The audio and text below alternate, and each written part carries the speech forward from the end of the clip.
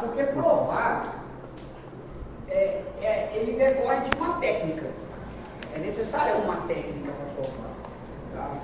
Primeira coisa que vocês precisam refletir, não que o que eu vou dizer seja correto ou errado, porque vai ter várias pessoas com ideias diferentes. Tem um problema no processo chamado verdade, que é o que vocês estão trabalhando. Quem está com a verdade? Quem trabalha com a verdade? Né? E o ponto da prova é como que eu trabalho com a verdade. O problema é que não existe verdade no processo. Verdade é outra de concepção. Você tem uma concepção de verdade na filosofia, você tem uma concepção de verdade na filosofia pura, se você tentar fazer um filme maior, filosófico. Mas no nosso caso, a nossa verdade é diferente.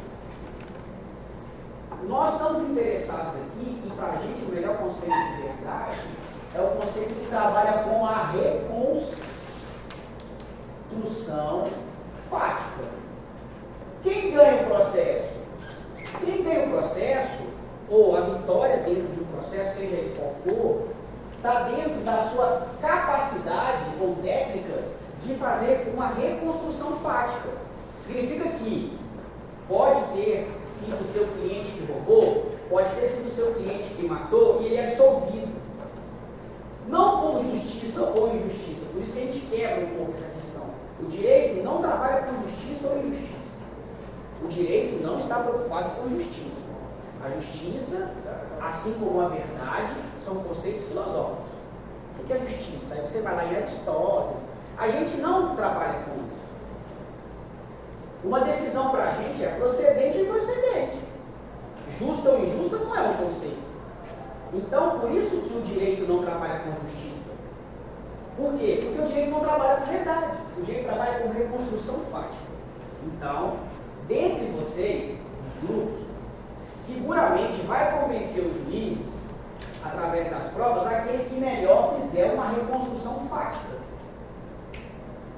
A reconstrução fática passa por estudo de testemunha.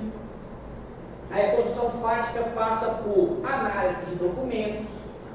E a reconstrução fática passa pela análise de depoimento pessoal.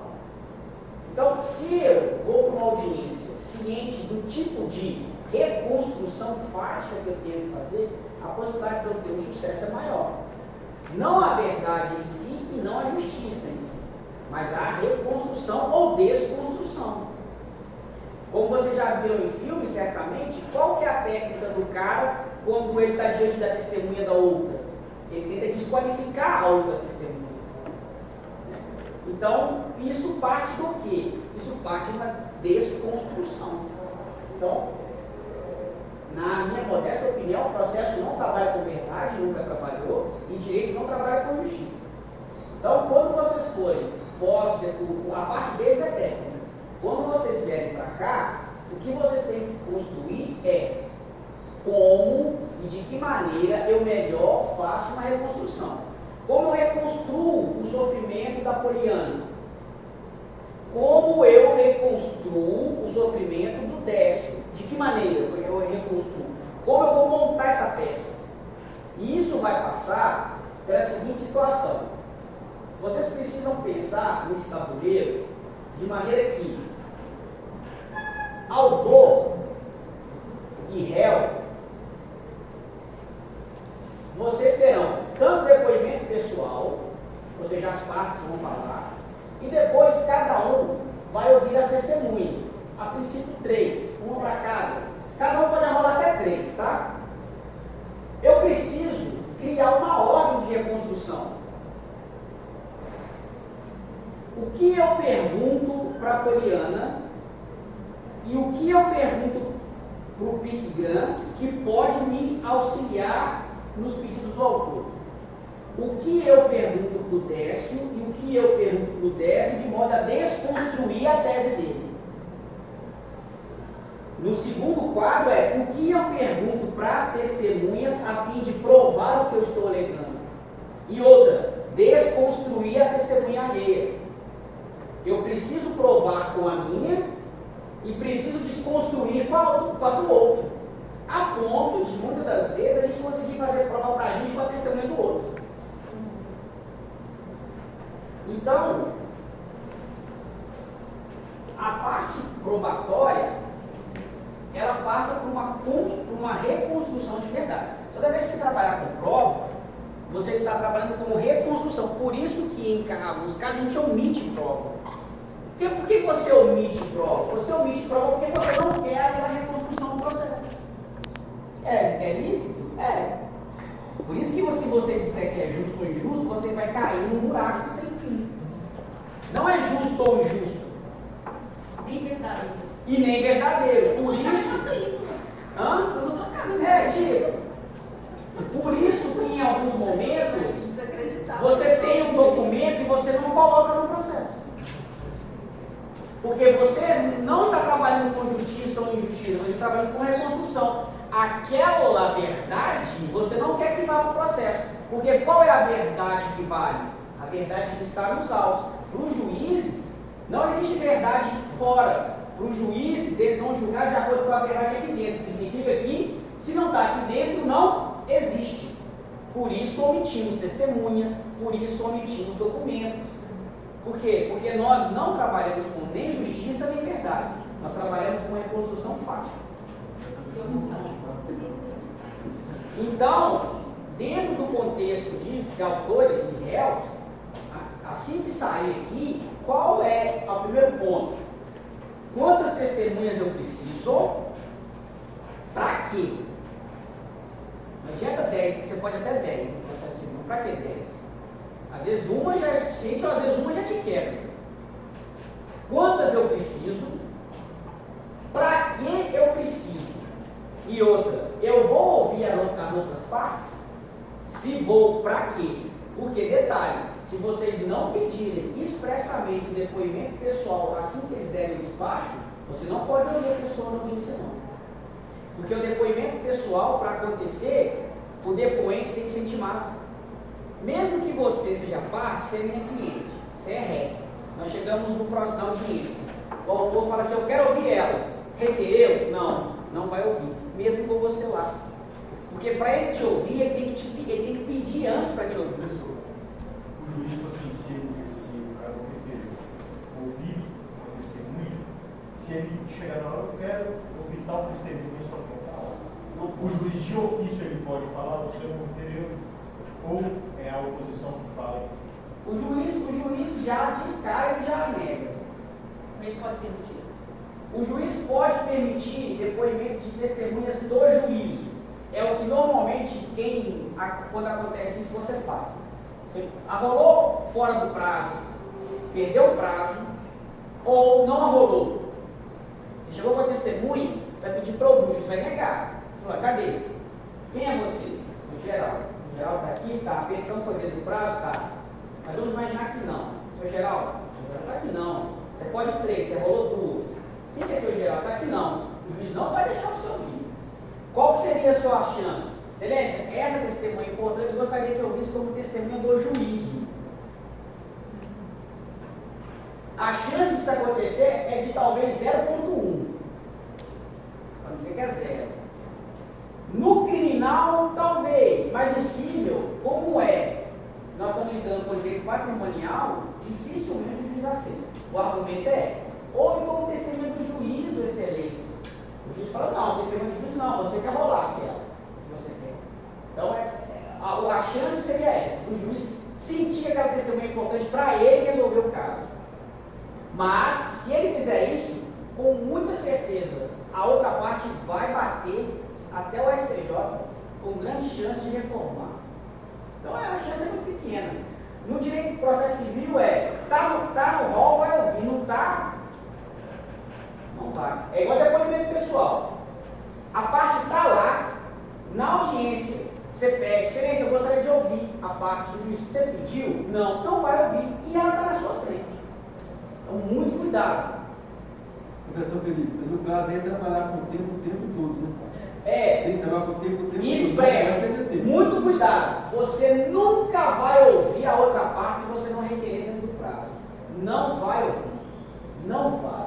Ela está lá, bonitinha, prontinha na audiência, participando. Você pede para ouvir, o juiz fala, não vou ouvir, se não tiver rolado nas provas. As testemunhas, se elas não estiverem, não vai ouvir. Então, cuidado. Tá? Essa é a parte principal das provas. E o que eu queria deixar registrado é, pense nas testemunhas do modo de como você vai reconstruir. Eu entendo que, pelo menos eu faço assim, eu trabalho de forma de encaixe. Por exemplo, vamos lá, vamos começar a audiência. Eu quero ouvir o primeiro réu. Para quê? Vou fazer 4 perguntas para ele. Vou ouvir o segundo réu. Para quê? O segundo réu com 2 testemunhas eu mato ele. Faço 2. Acabei. Fiz o primeiro meu bloco. Vou para minhas testemunhas. Eu tenho 3. O juiz vai estar, a partir daqui, impaciente. Que a pauta está cheia, que está bravo, enfim. Isso é a vida, é o ser humano. A gente também está cansado. Mas vou ouvir as 3. Se eu vou ouvir as 3, eu preciso fazer um encaixe. Essa prova o quê? Então eu faço as perguntas que essa prova. Essa prova o quê? Prova tal. Eu faço as perguntas que pode ser 2 perguntas, 3 perguntas, pode ser uma pergunta. E essa aqui, prova o quê? Tal. As perguntas que eu preciso que ela me prove. Essa me dá isso, essa me dá isso, essa me dá isso. O que eu vejo muito dos caras é que você pergunta um monte de coisa para a primeira. Metade ela sabe, metade ela não sabe. O que ela não sabe, não pergunta. Vem para a segunda. Aí você pergunta para ela, ela não sabe um monte de coisa. Mas ela sabe 2 coisas importantes. Pergunta só o que ela sabe. A terceira pergunta só o que ela sabe e mata. Eu vejo isso muito. O que acontece? Quando chega aqui, o juiz já está cansado e ele já está meio disposto com você. Então, como é que eu normalmente faço? Excelência, vou ouvir as 3. O juiz já fica disposto. 3? É importante? Já vou adiantar para o senhor. A primeira eu tenho 4 perguntas para fazer, a segunda eu tenho 2, a terceira eu tenho 2. Aí ele vai. Já sabe que você vai direto. Não se enrolar nesse mundo, tá? E agora... Professor, você pode arrolar, mas você não necessariamente precisa usar. Você não precisa usar. Você pode... Boa pergunta. Você pode arrolar até 10, né? 3 para cada fato. Mas, em regra, a gente arrola 3. Você arrola 3. A sua primeira foi muito boa e resolveu o seu problema, você não precisa usar as 2, basta você dizer para o excelência, estou satisfeito, eu vou dispensar. Costuma acontecer de você ser réu e você pede depoimento pessoal do autor. Bom, vamos terminar aqui para outra que não confunde. Então eu posso desistir. Então eu tenho 3. Uma deu, mas eu normalmente vou objetivamente, tá? E no dia, as testemunhas que vocês vão rolar, a gente vai arrumar, eu vou trazer outros alunos também, outras turmas, para vocês terem contato todo. Por quê? Porque os advogados vão orientar as testemunhas. Então eu quero trazer uma outra galera também para vocês terem uma coisa estranha para você conversar com ele. E o que eu faço? Eu normalmente faço um rol de perguntas. Então, por exemplo, eu fiz um rol com 15 que eu acho interessante. 15. Possivelmente, lá na hora, no clima, vão 5, né? Muitas vezes o juiz faz a pergunta que você ia fazer. Porque o juiz começa interrogando.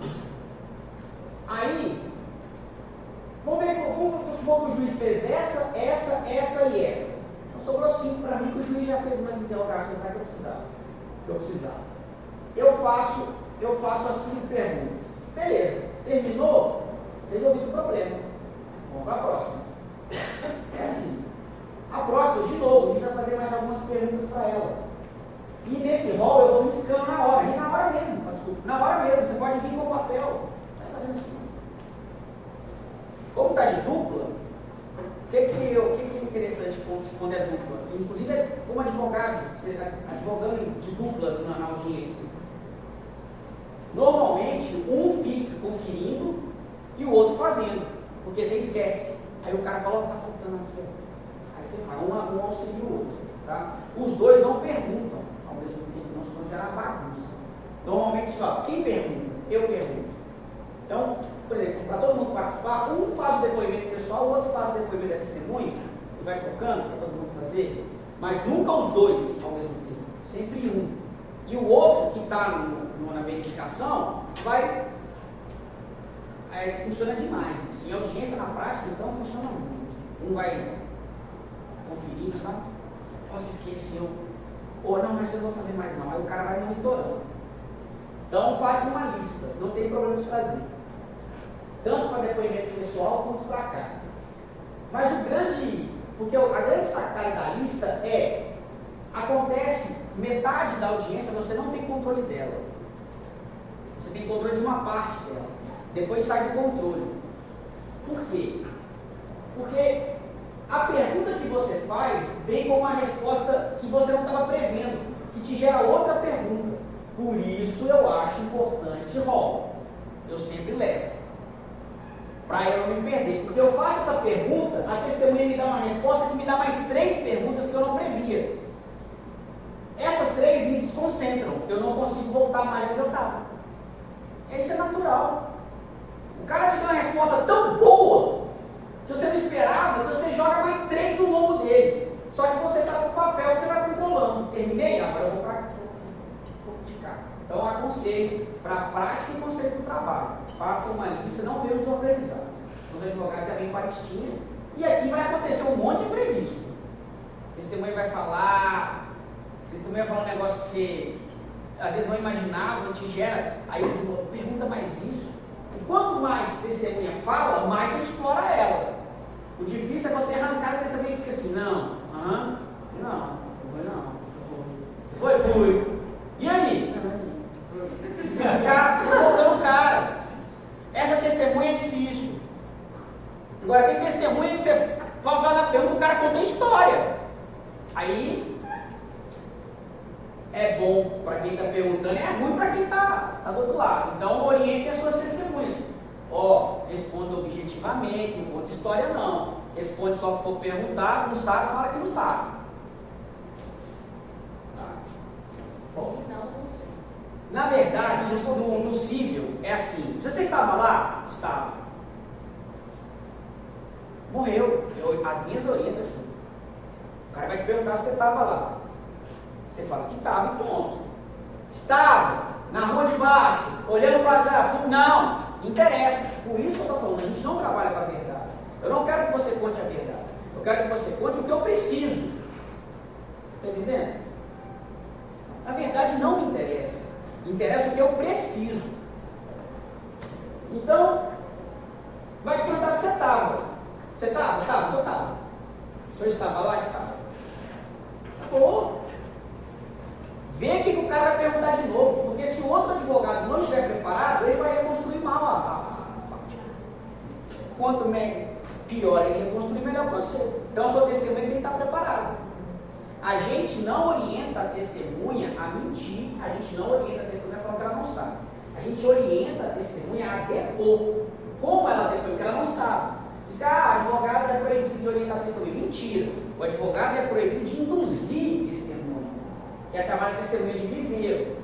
Testemunha pronta. O dia de trabalho é no quilo que tem. Você tem prepostos, tem pessoas na área trabalhista que são testemunhas profissionais. O cara fala qualquer coisa. Ele é treinado para isso. É difícil pegar, mas quando você pega, é maravilha. No cível, é menos.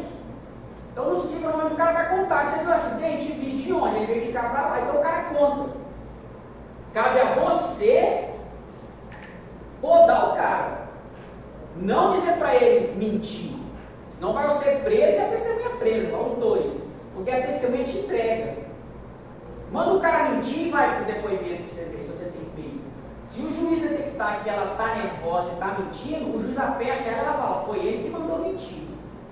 Isso é certo, é 100%. Você acha que ele vai segurar? Lógico que ele não vai segurar. Ninguém segura não.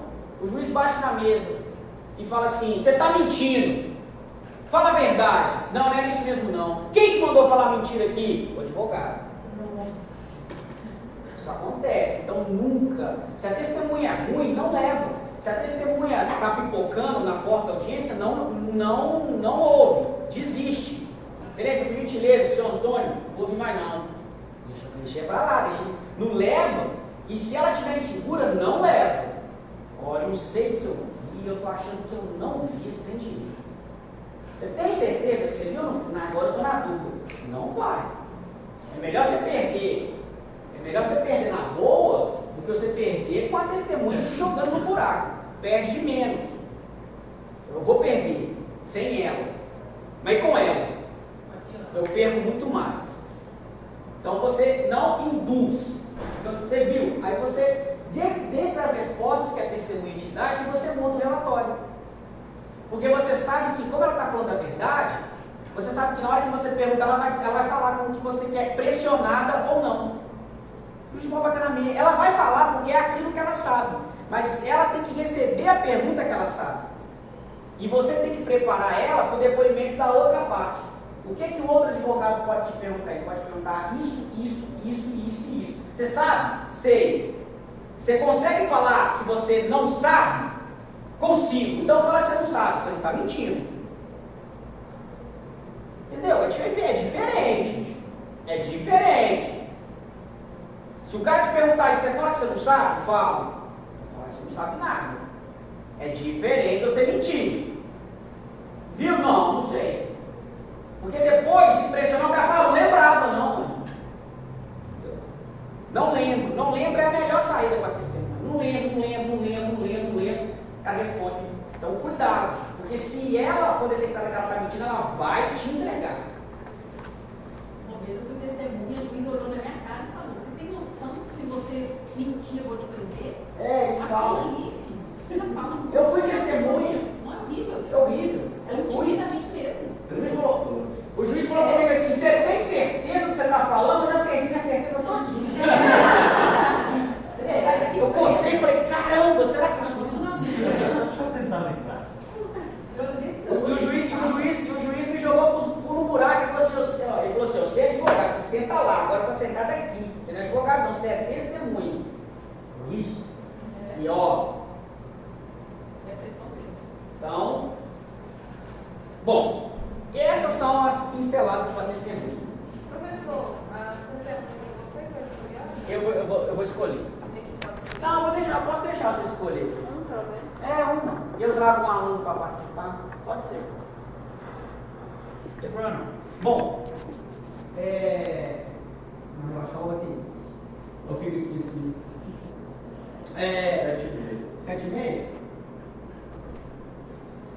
Isso é uma pincelada de testemunho, tá? Claro que na hora, cara, tá tudo errado. Fica nervoso, né?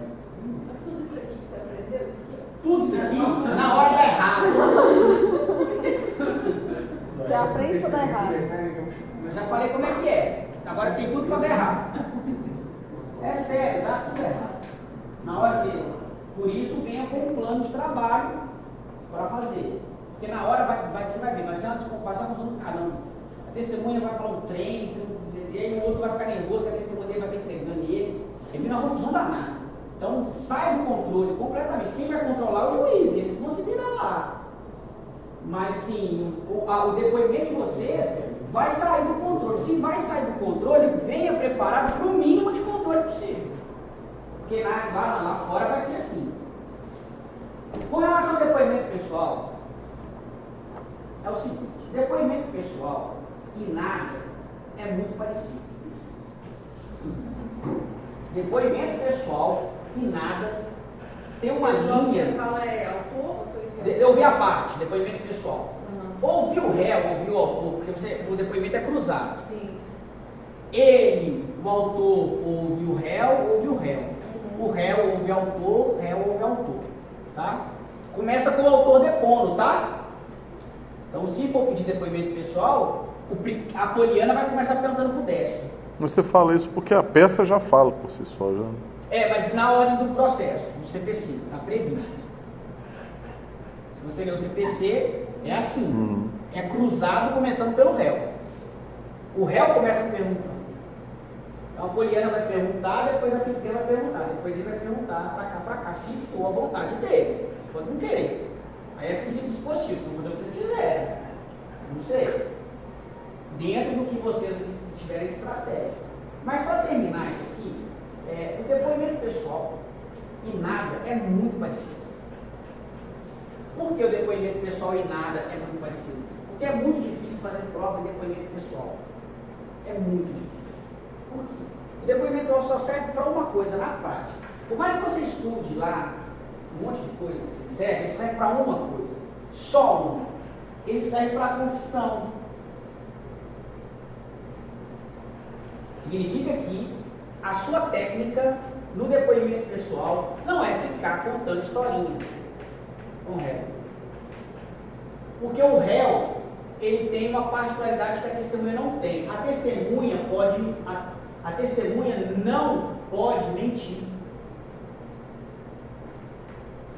Por isso que você nunca induz a testemunha a falar algo que ela não sabe. Porque se ela mentir, ela vai ser presa junto com você, prende mesmo e paga a multa. A multa é alta, a multa é um salário e o juiz fixa. Se o juiz estiver puto, bota a multa lá no alto no dia. Depende do cara. Às vezes a juíza está brava. Você não pode contar com isso. A testemunha nunca mente, em hipótese alguma na vida. Por isso que testemunha insegura, você tem que tomar cuidado. Você ouve a testemunha insegura, mas você ouve ela com tato. Porque ela pode estar nervosa e falar algo que ela não sabia. Ferrou. Você nem sabe, está nervosa. Ele pode aceitar ou não? Ele pode aceitar ou não, porque tem gente que treme, tem gente que fica. E aí a pessoa desconstrói, entendeu? Aí você tem que ter cuidado. Excelência, por gentileza, a testemunha está um pouco nervosa. Porque você fica com medo dela mentir. E nem é por você, não. Se você sair da audiência, você vai embora, você vai almoçar, tomar café, sua vida vai seguir. Se o cliente perder, você vai recorrer, mas a testemunha vai presa. Isso dá um transtorno do inferno. E você também não faz. Porque a testemunha é conhecida do seu cliente, e seu cliente levou, ela já não queria depor, ela já vai puta. Ele é presa, dá um transtorno absurdo, isso é um caos. Então, eu sempre falo para a testemunha do lado da parte, você não pode mentir, criatura. Pelo amor de Deus, com a parte ouvindo. Porque se der pau, eu falei, dá um transtorno que vocês não têm ideia. Vem pra gente, a polícia prende a pessoa, a confusão do inferno. Então nunca mente, nunca. Você já começa uma questão, pelo amor de Deus, você só vai falar o que você sabe. Aqui pode. Na confissão, as partes podem mentir à vontade. Por quê? Por uma razão muito simples. Aqui ela é juramentada. Por isso que o juiz fala, eu vou instruir você, o juiz, para fazer. O juiz vai fazer 3 perguntas para elas fatais. E se errar, já era. Aqui não. Então a testemunha não pode mentir em absoluto. Só que aqui a parte é orientada pelo advogado que ela pode mentir à vontade. Porque ela não é juramentada. Então tanto faz. Se você pode mentir à vontade, qual é a possibilidade de você conseguir uma confissão? Muito pequena. Porque se ela pode mentir, não é que ela vai entregar. Ela conta com a sorte. Então você fala para o seu cliente, não entrega a paçoca. Mente à vontade. Mas, pelo amor de Deus, não entrega. Mas porque a outra parte está orientando, pelo menos que ela se contradiz. Isso! Perfeito, é isso. Aí qual é a sua função? Tentar buscar com que a outra parte se contradiga. Então você faz uma pergunta. Então você faz uma pergunta para ela. Pergunta A. Ela responde. Ela mentiu. Você não tem problema. Você faz a B. Ela mentiu. Você faz a C. Aí o que você faz com a A? Você volta com a A aqui.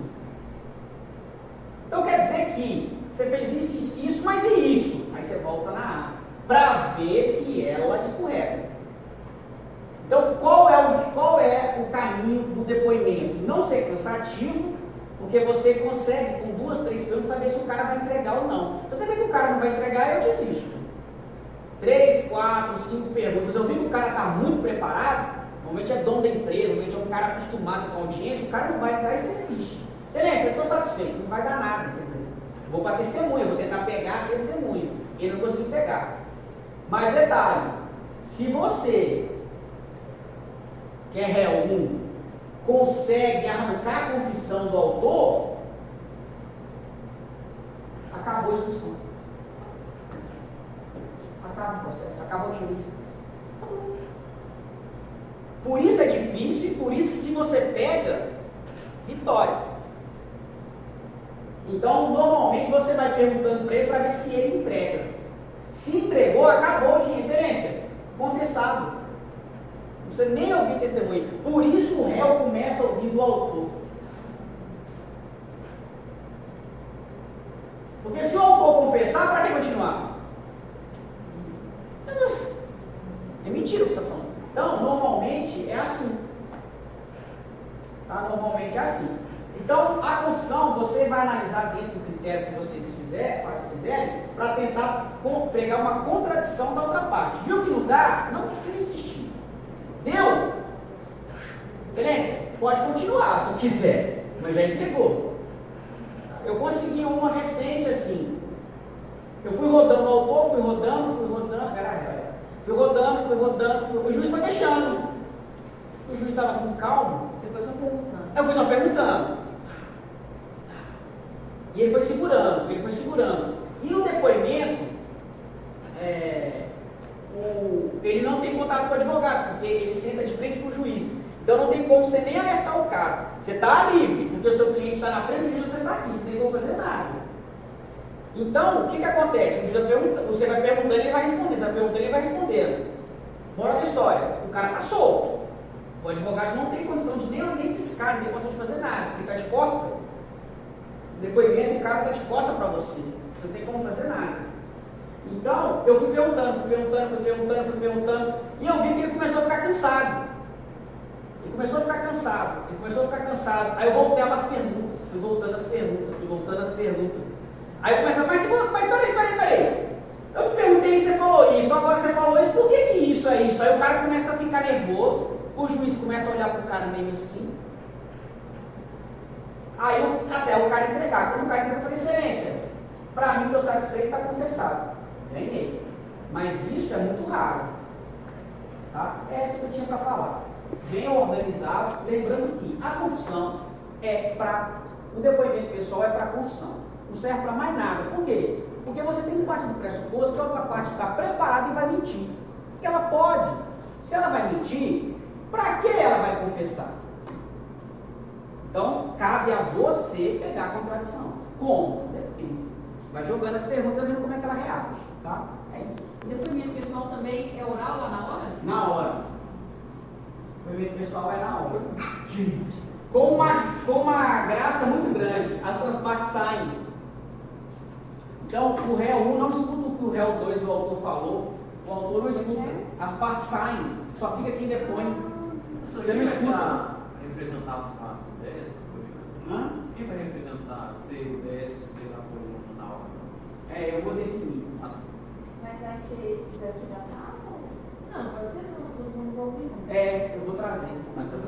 Mas aí no caso a gente vai ter tempo, porque isso é bom pra ter bastante tempo pra organizar. Não, eu já vou colocar eles em contato com vocês na semana. Vão ter uma semana para fazer contato. Já tenho tudo. Dessa eu já tenho. Dessa é lanterneiro dos bons. Manuel. Dessa é lanterneiro dos bons. Quero precisar de lanternagem aí com ele. Meu aluno lá em tem uma menina aqui que eu estou vendo aqui. Enfim, a Poliana deve ser a Kiara, que foi minha aluna solitária aqui. Enfim, eu estou resolvendo. Mas aí eles aceitando participar, aí eu coloco eles em contato com vocês. Aí é livre. Se vocês vão orientar, depois eles me dão um feedback. O PicGram também. Porque como eles não estão envolvidos, eles não têm essa aula. Né? Vocês sabem. Então, agora eu consegui depoimento de vocês, não tem jeito não. Confissão não, você já sabe qual mentira, vontade. Eles não. Vocês que vão ficar carregados com isso. A parte. Mas não que seja uma regra. Não que você vai falar assim, vou trabalhar dizendo sempre a parte qual mentir. Não. Você vai prepará-la para depois. Até porque também ela começa a mentir, você pega ela na mentira. Ou a parte que, se você quiser por a parte que ela pode mentir, ela fica muito à vontade. Só que, segredo, para terminar, ela pode mentir. Eu estou falando isso não como regra. Estou dizendo que ela pode. Então, uma... Deve, né? Não deve. Eu estou falando que ela pode. Estou falando que ela vai, porque você tem que mandá-la mentir e nem orientá-la a mentir. Agora, é isso que ela falou. Ela pode, não deve. Então ela vai preparada. A mentira é uma carta na manga. Se ela se sentir pressionada. Ela sabe que ela não vai ser presa por mentira. Não existe perjúrio no Brasil. Perjúrio, o cara fala de perjúrio. Não existe. Perjúrio é americano. Não existe perjúrio. Ela pode, a parte pode mentir, mas não deve. Mas a mentira é uma carta na manga. Se ela se sentir pressionada, é para ela não entregar. Só não entregar. Você fala, você pode ser pressionada, colocada no muro. Só não entrega. Você vai falar o que você sabe, mas de última hipótese, você pode mentir, fica segura. A testemunha não, a testemunha falou, você vai ser colocado, você pode ser colocado na parede. A testemunha vai. Principalmente por quê? Porque o juiz pergunta para ela e as outras partes. Então ela toma muita porrada, é muito fogo. É muito fogo cruzado. Tem muita gente tentando buscar arrancar a coisa dela. Aí ela cansa.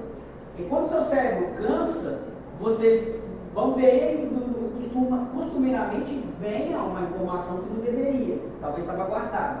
A parte é para segurança. Não vai mentir, eu nunca levo parte para mentir, mas eu digo para ela, se você se sentir acuado, segura.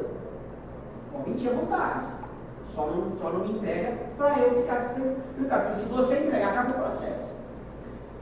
O outro detalhe é que no depoimento, a questão da mentir não é a regra, é a exceção. Mas é que a testemunha jamais, e a questão do depoimento pessoal, eles não sabem, né, dessa questão aqui, e então você sempre orienta a não dizer uma palavra, que é uma palavra fatal, que infarta qualquer advogado, Ministério também, que é, no caso, principalmente da PICGRAM. A PICGRAM tem que tomar muito cuidado com isso. Quando você ouve o dono da empresa, o preposto da empresa, o depoimento pessoal, ele é o representante, ele é a empresa. Então, jamais deixe o seu cliente falar, não sei.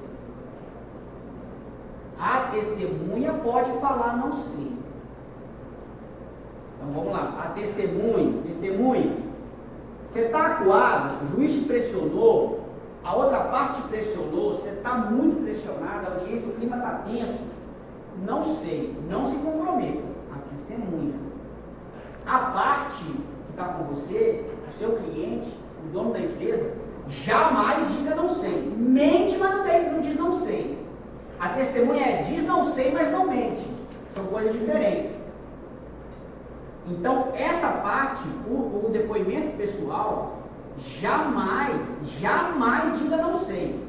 Então você vai ter que virar para o dono da PICGRAM, você vai ter que virar para não fala não sei não. Sabe por quê? Porque quando eu pergunto para a empresa que hora o autor chegava para trabalhar, não sei. Confessou. Entendeu? Entregou. É a hora que eu falei. Ou seja, a empresa não viu. Ela não sabe a hora que o funcionário dela chega. Então é fatal. Essa é fatal. Se ele disser não sei. Tá? A testemunha é que hora que o seu colega chegava? Não sei. Perdi a hora extra, mas outra coisa eu posso ganhar com ele. Entendeu? Então aqui pode dizer não sei à vontade. Então eu sempre falo com as minhas testemunhas. Você está na parede? Não sei. O meu cliente, a empresa, fala, pelo amor de Deus. Que hora que ele chegava? 10 horas. Dane-se. Mas não fala não sei não. 10 horas da hora extra? Não, então fala 10.